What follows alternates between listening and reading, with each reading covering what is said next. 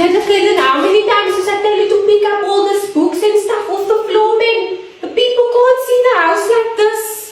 Mommy must knows I'm getting ready for university and I don't have place to pack any of these books and stuff away. Oh, you must pick up these books now, girl. This is now unacceptable. It lyk so far kom. Die mense kom hier in en dink hulle ons maak is skoon. Please pick up the stuff. I've been telling Mommy I need a laptop. Come look here, MTN is giving you a head start this January. They have the Lenovo IdeaPad S300 Celeron, and if Mommy buy me this laptop, then there won't be so much books and papers lying around the house. Nee, moenie ko nonsense praat jy. Dit is January. Money doesn't grow on trees. Yeah, Mommy, but it's only $249 a month and you get 8 gigs of data with it. Hy nee, dit is nogals worth it nou. So is Mommy gonna get it for me? Nee, Kaylin, I must first speak to your father about that.